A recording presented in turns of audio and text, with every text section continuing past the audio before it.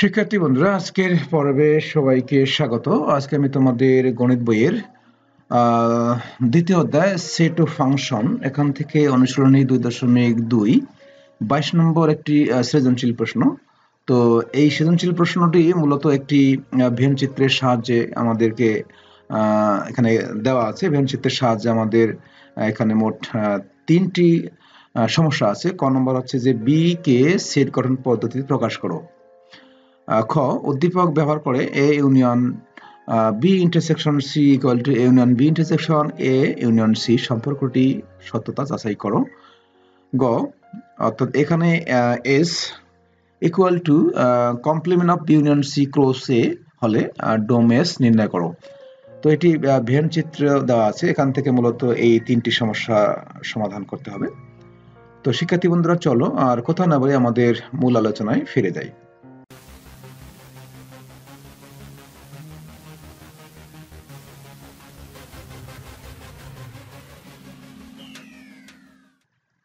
তো প্রথমে আমাদের এখানে ক নম্বর যে সমস্যাটি আছে যে বি কে সেট গঠন পদ্ধতিতে প্রকাশ করো। তো এই জন্য অবশ্যই যেহেতু আমাদেরকে কি করতে হবে, ভেন চিত্রটি হচ্ছে এখানে উদ্দীপক হিসেবে ব্যবহার হয়েছে। তো এখান থেকে আমরা বি কে অর্থাৎ এখানে বি সেটটি দেওয়া আছে, এখান থেকে আমরা এটাকে তাহলে সেট গঠন পদ্ধতিতে প্রকাশ করব।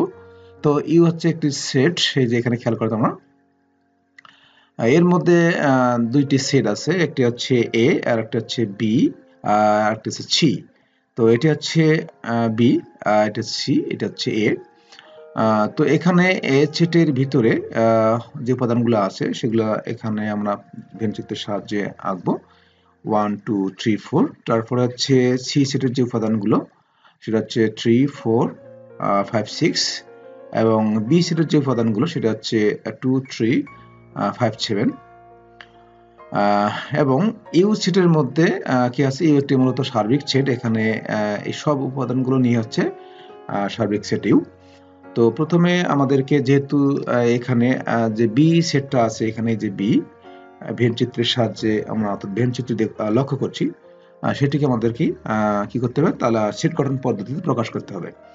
তো আমরা এখানে লিখবো উদ্দীপকের ইউ সার্বিক সেট, এই যে সার্বিক সেট আছে এর ভিতরে যে বি সেটটি আছে এর উপাদানগুলো হচ্ছে কি, এই যে বি সেটের উপাদানগুলো হচ্ছে 2 3 5 7, আমরা এখানে লিখবো 2 3 5 7।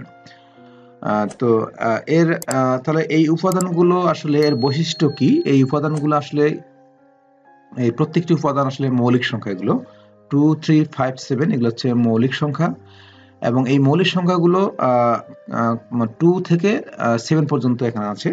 তো কাজেই আমরা বি ইকুয়াল টু লিখতে পারি যে যেহেতু এখানে এই উপাদানগুলো মৌলিক সংখ্যা, সেক্ষেত্রে তাহলে আমরা সেট গঠন পদ্ধতিতে প্রকাশ করলে অবশ্যই আমরা লিখব যে বি ইকুয়াল টু এক্স, অর্থাৎ এই সেট গঠন পদ্ধতিতে সুনির্দিষ্ট কোনো উপাদান থাকে না, সেক্ষেত্রে আমরা সেটের উপাদান আমরা এক্স ধরি, এবং সাজ দ্যাট সেই এক্স এর যে ব্যাখ্যা বা আমরা এখানে এক্সটা কি, আসলে এক্স হচ্ছে মৌলিক সংখ্যা, এবং এই মৌলিক সংখ্যাগুলো আসলে 2 থেকে 7 পর্যন্ত। তাহলে 2 থেকে 7 পর্যন্ত বলতে আমরা এভাবে লিখতে পারি 2 less or equal than x less or equal than 7। এটার অর্থ হচ্ছে 2 থেকে 7 পর্যন্ত, অর্থাৎ এক্স এর মানটা 2 এর সমান অথবা 2 থেকে বড়, আবার 7 অপেক্ষা ছোট অথবা 7 এর সমান, তার মানে 2 থেকে 7 পর্যন্ত, এটাই বোঝায়।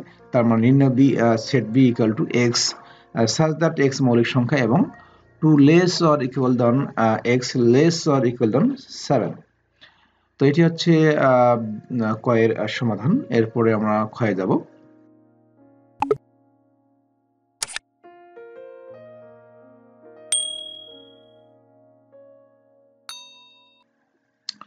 তো উদ্দীপক ব্যবহার করে আমাদের এটার সত্যতা যাচাই করতে হবে। তো আবারও আমরা এই ভেন চিত্রটি এখানে আমরা এঁকে নিব, কারণ ভেন চিত্রের সাহায্যেই কিন্তু আমাদের এই সমস্যাটির সমাধান করতে হবে।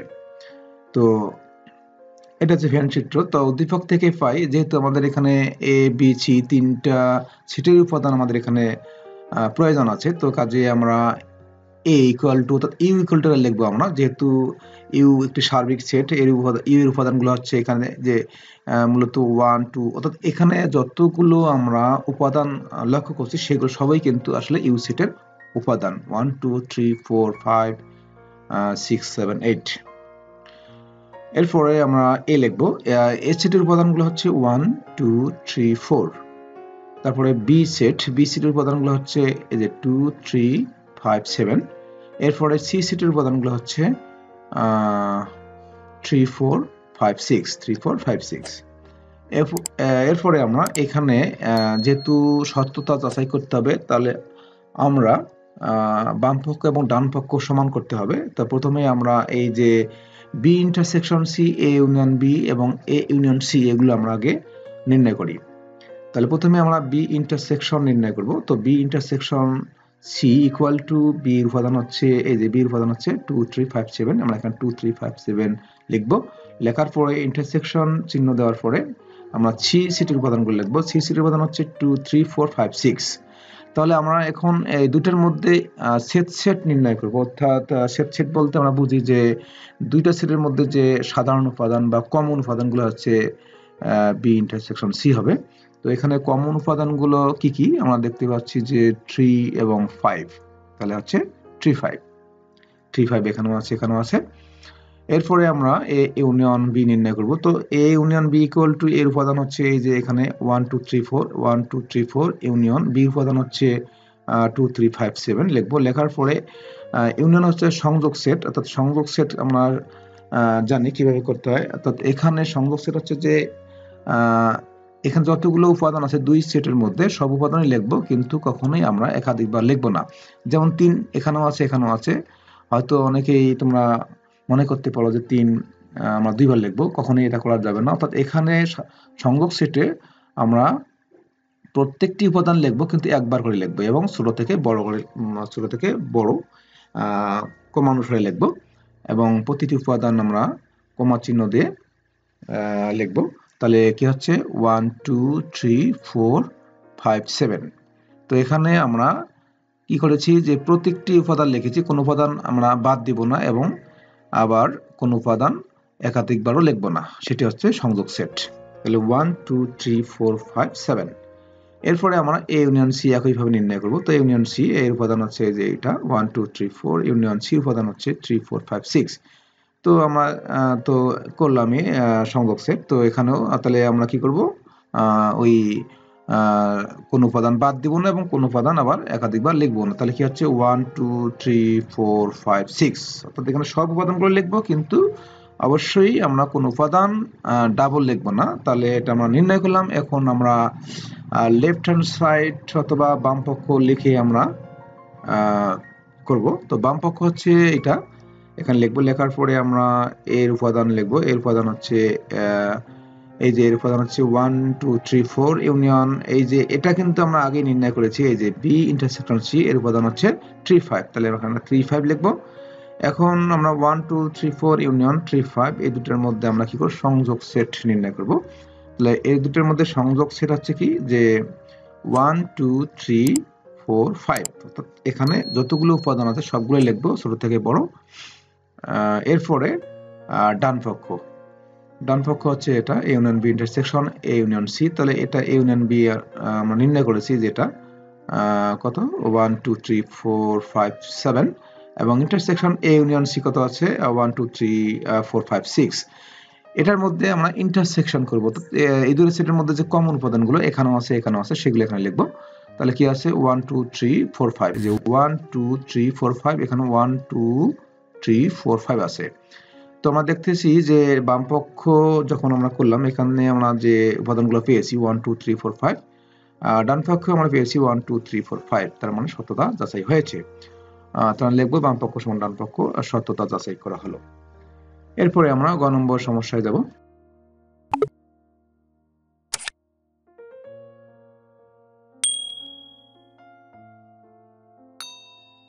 গ নম্বর সমস্যাটি হচ্ছে এই যে এটা।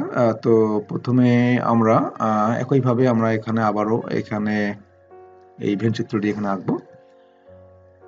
তো এরপরে আমরা যে কাজটি করব, সেটি হচ্ছে উদ্দীপক থেকে পাই, আমরা আবারও লিখব উদ্দীপক থেকে পাই এই যে ইউ সমান 1 2 3 4 5 6 7 8, তারপর এ সমান হচ্ছে 1 2 3 4, বি সমান হচ্ছে 2 3 5 7 এবং সি সমান হচ্ছে 3 4 5 6। তো এখন আমরা এই যে যেহেতু আমাদের বি ইউনিয়ন সি এর আমাদের পূরক সি নির্ণয় করতে হবে, সেক্ষেত্রে আমরা বি ইউনিয়ন সি আগে নির্ণয় করতে হবে। তো বি ইউনিয়ন সি, বির উপাদান হচ্ছে 2 3 5 7, ইউনিয়ন সির উপাদান হচ্ছে 3 4 5 6।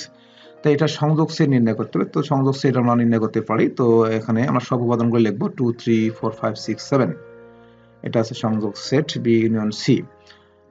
এরপরে এটার আমরা কি করব, এটার আমাদের পূরক সেট নির্ণয় করব। যেহেতু এখানে পূরক সেটের চিহ্ন আছে সি, অর্থাৎ এটা কমপ্লিমেন্ট, অর্থাৎ এটার পূরক সেট কিভাবে নির্ণয় করব আমরা, যে complement of B union C মানে হচ্ছে ইউ বাদ বি ইউনিয়ন সি, অর্থাৎ এখানে যে সেটের অর্থাৎ যেটার আমরা পূরক সেট নির্ণয় করব ইউ বাদ সেটা লিখব। এখানে যেহেতু বি ইউনিয়ন সি এর আমরা পূরক সেট নির্ণয় করব, তাহলে ইউ বাদ বি ইউনিয়ন সি লিখব। তারপরে এ এর উপাদান হচ্ছে এখানে এই যে এইগুলো লিখবো আমরা, বাদ বি ইউনিয়ন সি এর উপাদান হচ্ছে এই যে 2 3 4 5 6 7।